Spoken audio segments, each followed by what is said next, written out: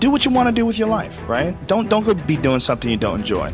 Don't do something don't get locked into, a car that you can't afford and doing something crazy because you need the money. Don't do that. Do what you want to do. Do what the f is it that you really want to do? Because if someone else is doing it, you can do it, I mean, everybody makes their own path through this world, but a lot of people don't follow the path that they really feel pulled to. There's, for whatever reason, they got negative programming. When they were kids, someone told them they couldn't do it, or told them to take the shortcut, or take the short route. That's a sad thing, man, when you talk to dudes, especially like talented dudes, and they don't follow up with what they want to do. Even if other people can't see through their filter of criticism, you're still driven by love. Every one of you is a piece of all that is. Every one of you. And if that critical mind comes up and says not good enough in any sense, there's a point where you have to stand back and say, that's not me. I am more than the program.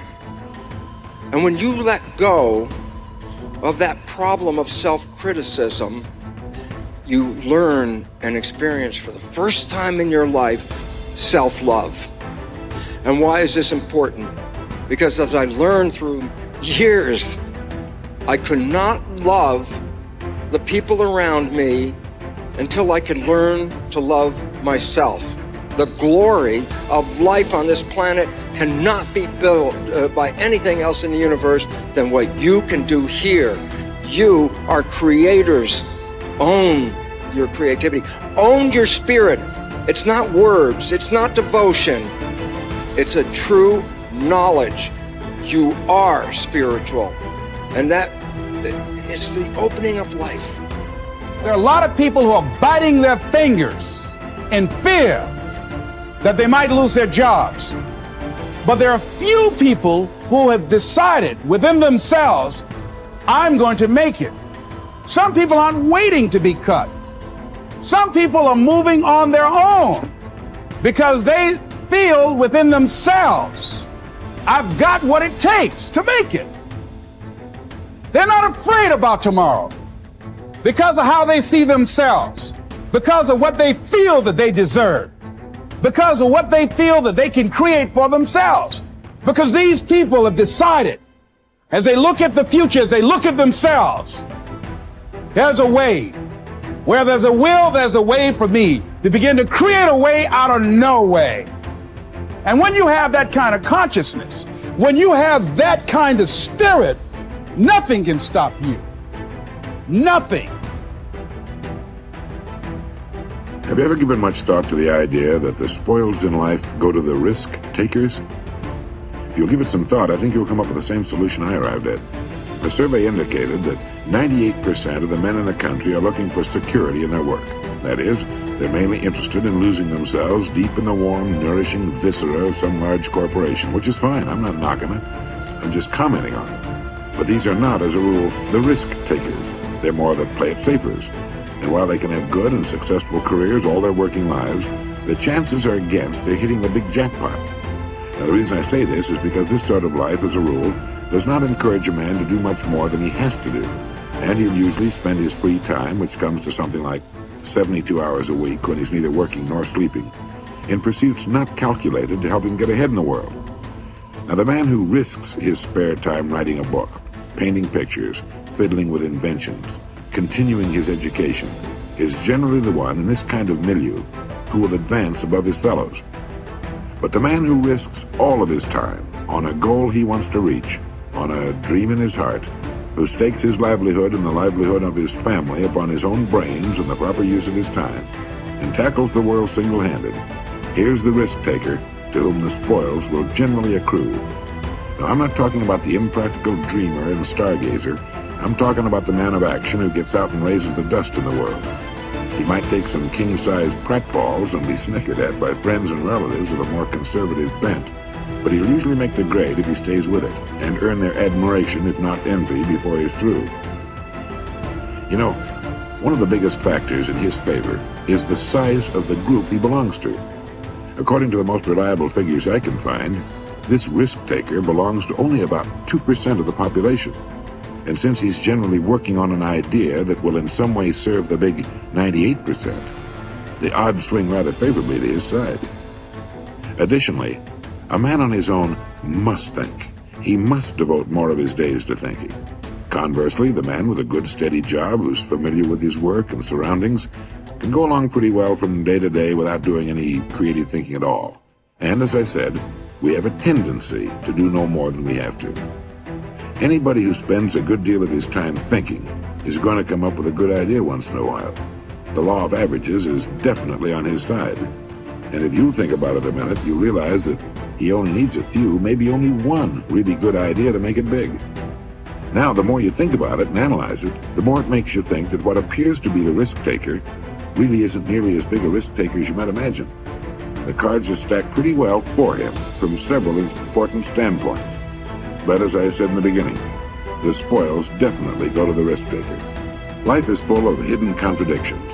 One is that the man who thinks he's playing it safe really isn't, and the man who seems to be taking the greatest risks, considering the law of averages, is playing it safest.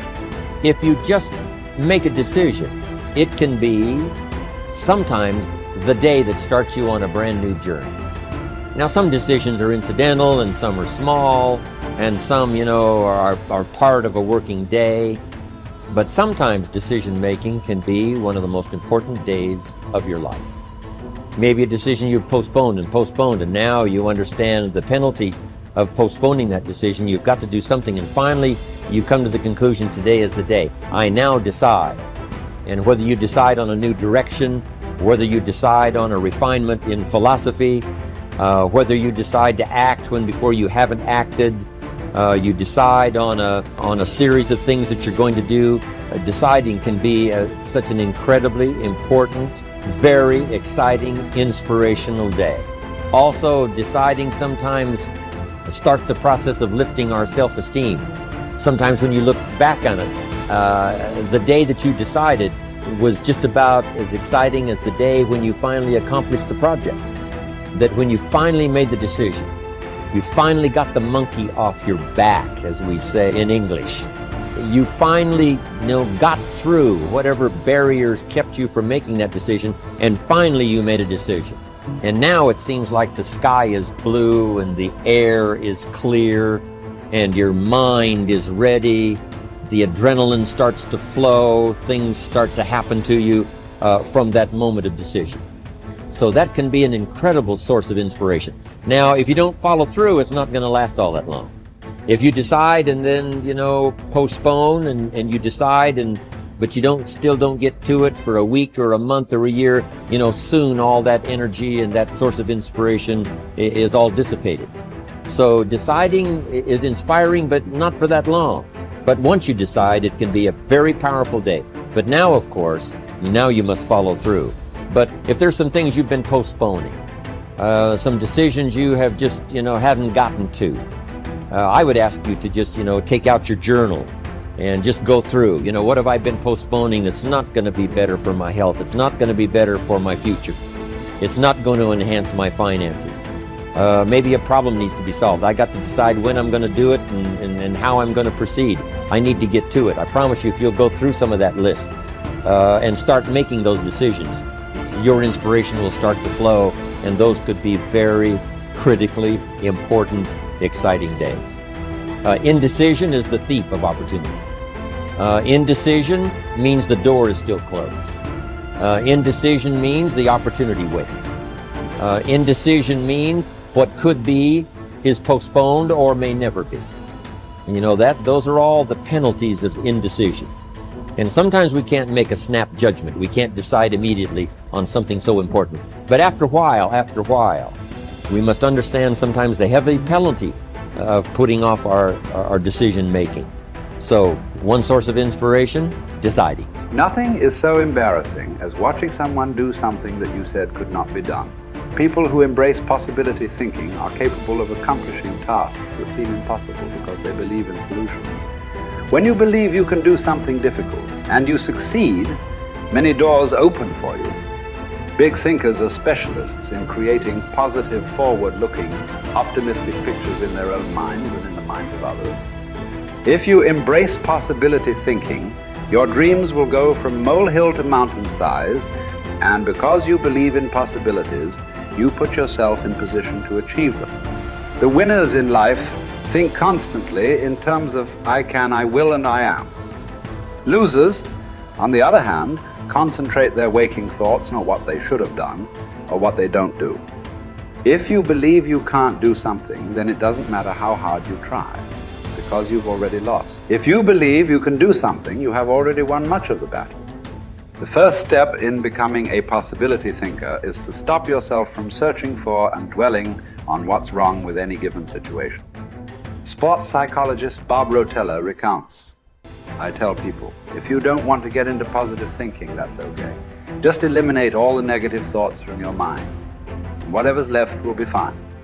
If possibility thinking is new to you, you're going to have to give yourself a lot of coaching to eliminate some of the negative self-talk you may hear in your head. When you automatically start listing all the things that can go wrong or all the reasons something can't be done, stop yourself and say, don't go there. Then ask what's right about this. That will help to get you started. And if negativity is a really big problem for you and pessimistic things come out of your mouth before you've even thought them through, you may need to enlist the aid of a friend or family member to alert you every time you utter negative ideas. One of the best ways to cultivate a possibility mindset is to prompt yourself to dream one size bigger than you normally do. Let's face it, most people dream too small. They don't think big enough. Henry Curtis advises, make your plans as fantastic as you like, because 25 years from now they will seem mediocre. Make your plans 10 times as great as you first planned, and 25 years from now you will wonder why you did not make them 50 times as great. If you push yourself to dream more expansively, to imagine your organization one size bigger, to make your goals at least a step beyond what makes you comfortable, you will be forced to grow, and it will set you up to believe in greater possibilities. Most people want their lives to keep improving, yet they value peace and stability at the same time. People often forget that you can't improve and still stay the same. Growth means change. Change requires challenging the status quo. If you want greater possibilities, you can't settle for what you have now. When you become a possibility thinker, you will face many people who will want you to give up your dreams and embrace the status quo. Achievers refuse to accept the status quo.